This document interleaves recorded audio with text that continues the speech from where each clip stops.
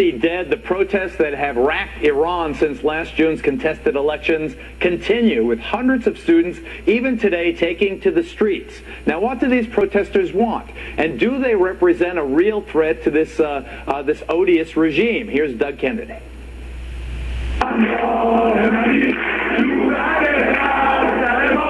Iranians risking their lives,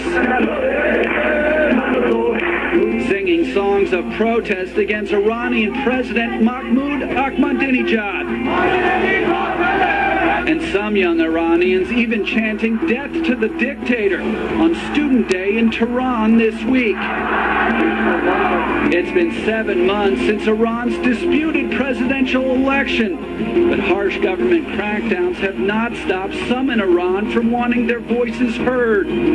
Critics of the regime say the protest movement lives on. The protest has grown beyond the point of just contesting a result. I think right now the question is ultimately to bring this regime down as the final solution. Reza Pahlavi is the son of Iran's former Shah and a frequent critic of the current Iranian regime.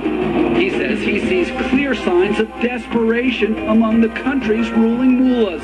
This is a last gasp attempt to try to intimidate people by becoming even more vicious in terms of the degree of violence exerted on people, from torturing and raping people in jail and burning their bodies beyond recognition so the traces of such violations are not visible. But that hasn't quieted people down. In October, Iranian leaders agreed to halt their nuclear program and to purchase enriched uranium from sources outside the country.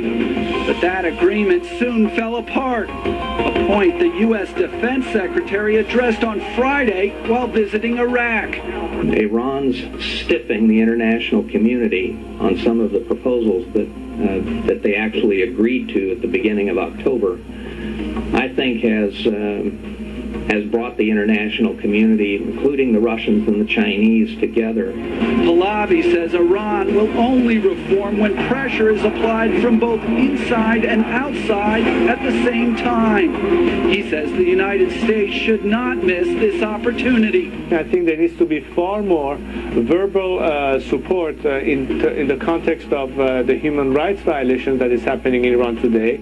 I believe that after 30 years of having uniquely a line of dialogue with only the regime and its representative, it is about time that a line of dialogue is open to the opposition and its representatives.